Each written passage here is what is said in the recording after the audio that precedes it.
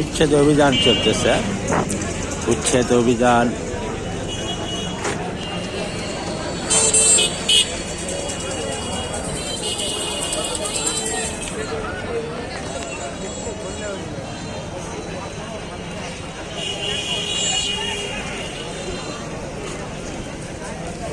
সেনাবাহিনী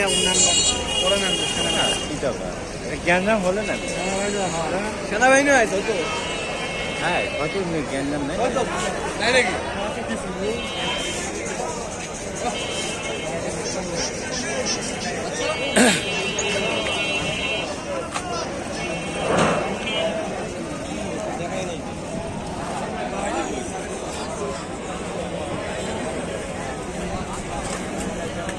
দেখতে পাচ্ছেন উচ্ছেদ অভিযান চলতেছে নিজ অধীনে। এখন পর্যন্ত এটা ব্যবহার করা মনে হয় নাই।